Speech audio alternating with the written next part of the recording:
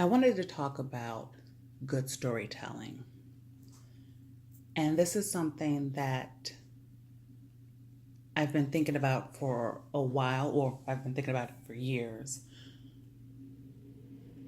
because the question becomes what makes a good story? And I want to talk about an example of a good story. And we're going to go to Superman, Volume 1. Sorry, that's the garbage truck. But I want to talk about good storytelling. This is a visual medium, but I do think that the idea of good storytelling and the elements that I'm getting ready to talk about, I do think that it still applies to other types of fiction and other types of genres of writing. Because realistically, it is all about hooking your readers from the very first page.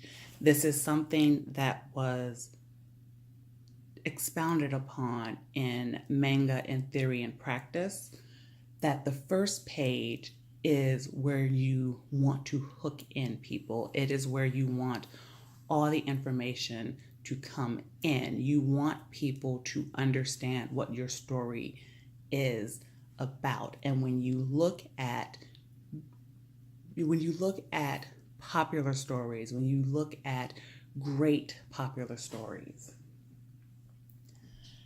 the one thing you should be able to do is turn to the first page and see what it is that would intrigue people, whether it's something that you would enjoy yourself. And I think about that because the Twilight series was popular for a reason. And many years ago, it was suggested to read that series to see why it was popular. Now, I don't regret never having read it, just like I don't regret never having watched the films, but there are many things that I read and many popular tales that I've read, and I've gotten into this thing of assessing first pages for this very reason of getting to know the story. And so,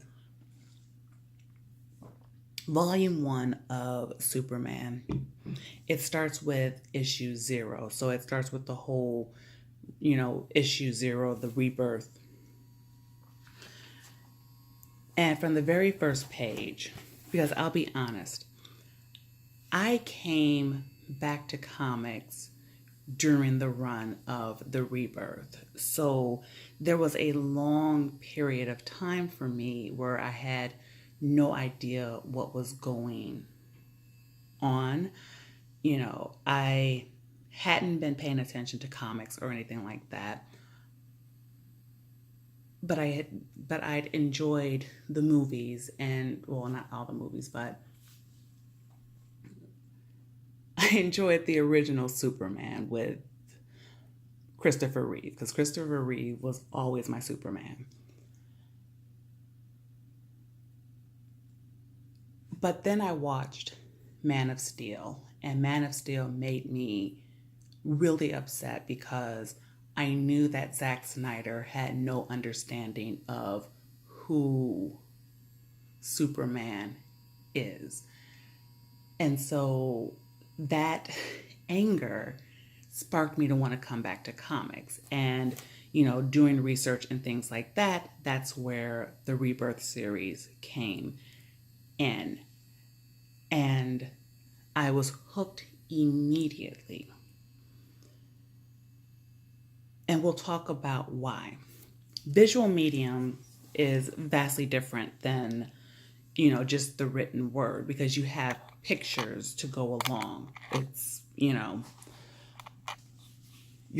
able to see. So It's going to be a little different, of course, than it's going to be a little different than like regular fiction. But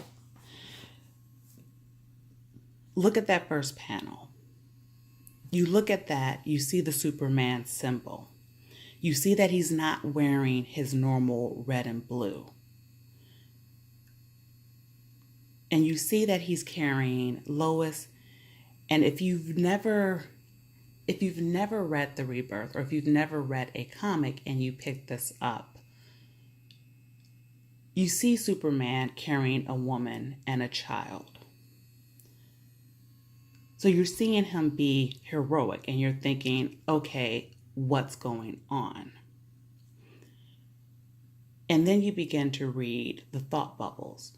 All that is necessary for the triumph of evil is for good men to do nothing. I live and breathe that quote with all my heart. I bet you did too. So immediately you get a mystery. You get the character of Superman and why he does what he does in that quote. And then you get the mystery of, well, who is he talking to? And what happened to that person, because you notice immediately it's past tense. Then he goes on, for so many years, I tried to help from the shadows while still keeping my family safe and their existence on your world a secret. But evil found us. So clearly something happened. This Superman has a family. So now you know this is his family. And that something happened, that the secret that he was trying to keep, he no longer is able to keep it. You go to the next panel, you see the two Superman. You see two Supermen. You see the classic one with the red and the blue. And then you see the one from the first panel. And again, when you read the thought bubbles, and no matter what the personal cost, I wasn't about to stand by and watch this earth lose its Superman at the hands of that burning madman. I tried to save you. So clearly something happened to the world's Superman. You don't know what, and at this point, you don't even have to know what. Everything you need to know has just been given to you. Then you get another great panel, and then you start to get the death. And I'm not going to read the dialogue bubbles, but again, you get the clear death of that Superman. So now you're seeing from the very first page that particular issue is Superman dealing with the concept of failure that immediately humanizes him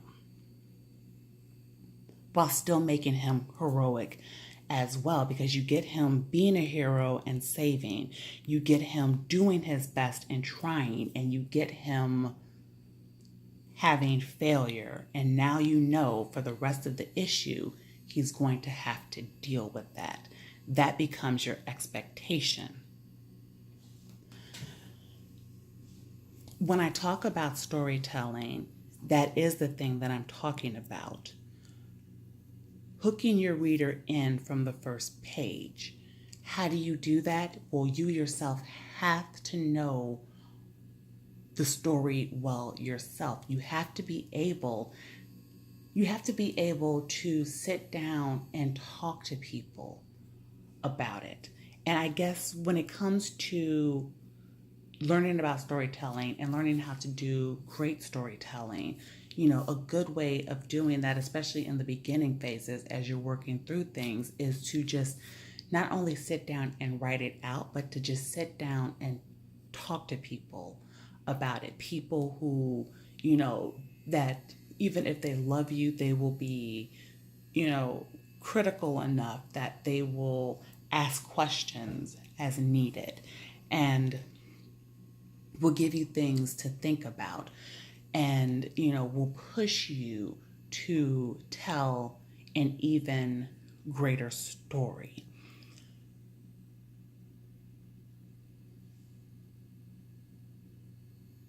I would encourage people who want to be creators to read great tales. I would also encourage you to read bad tales.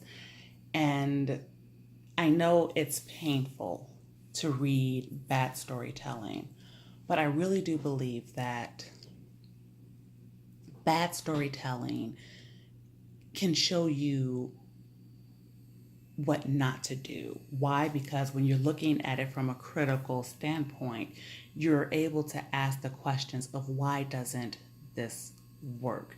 Same thing with good storytelling. If you're critical about it, you can begin to ask yourself, why does this work? With the issue 0 of Superman, why did this first page work for me? Well, it worked for me because it gave me a mystery, it gave me information, it made me question and ask what is going on. So that when you turn to the next page and you sit there, let me get out of the glare, and you sit there and now you're at the tomb of the other Superman, and you still have Superman talking. Excuse me. Excuse me.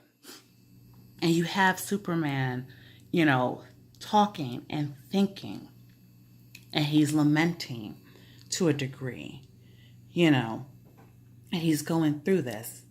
And then you get the last panel, and something's going on. He hears something. Well, what does he hear? He hears Lana. So, in this issue 0 alone, you are getting a complete story because you get Lana, who she knows that her Superman has died, but she thinks that this is her Superman, which it isn't. So now she has to deal with that. And they both technically have to deal with that because you're getting even more information. If you don't know about the rebirth, then it has to do with the whole Flashpoint and everything, and the convergence that happened after that. And I read the convergence, and I've tried to go back, read the Flashpoint and all of that.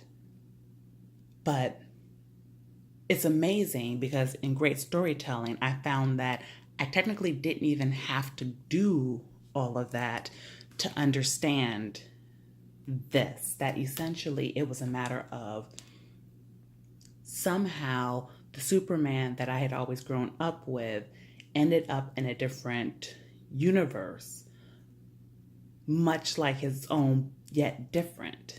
And in that new universe, there was a Superman, and that Superman died, leaving that world without a Superman.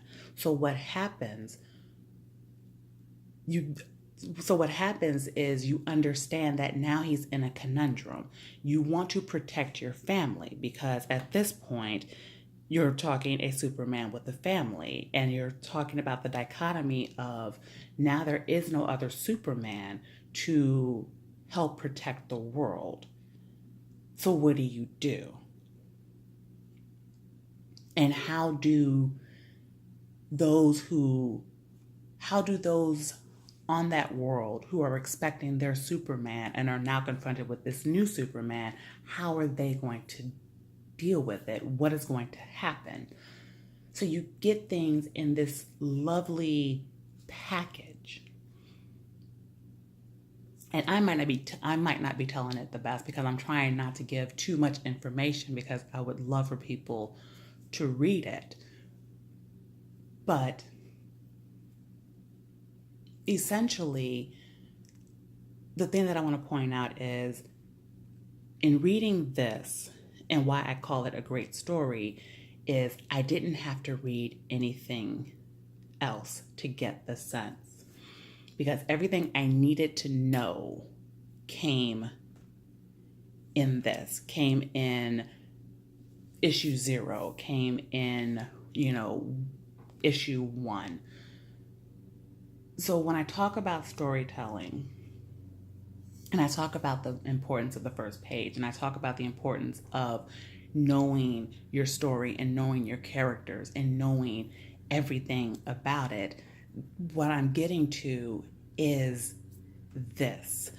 By understanding who your characters are and what your story is and being able to see the whole thing, it's much easier for you to then hook in the audience by giving them the information that they need, so that if you end up in a situation where you have like a multi-series where things can be connected, but everyone doesn't necessarily have to have read the whole thing in order to get the complete story. Every story by itself should be a complete story. I think that's kind of a better way of saying it. Everything by itself should be a complete story. Issue 0, a complete story. Any novel that you write, any short story, any piece of, literary work or whatever that you do, even if it's a comic strip, it should be a complete story. Even if it's something that is a to be continued, continue it in a, we'll probably talk about that when I get to multi-series and, writing trilogies and things like that, because there are special considerations to take in that. And I don't want to go too long on this, but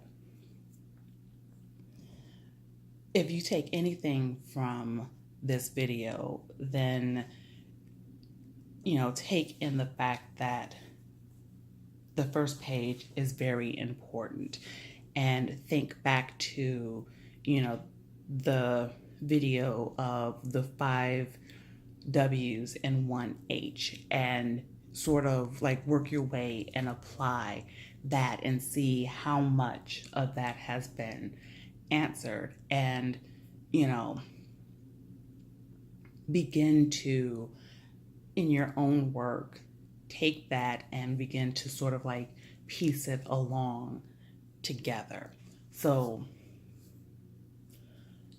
that's all I'm going to do today.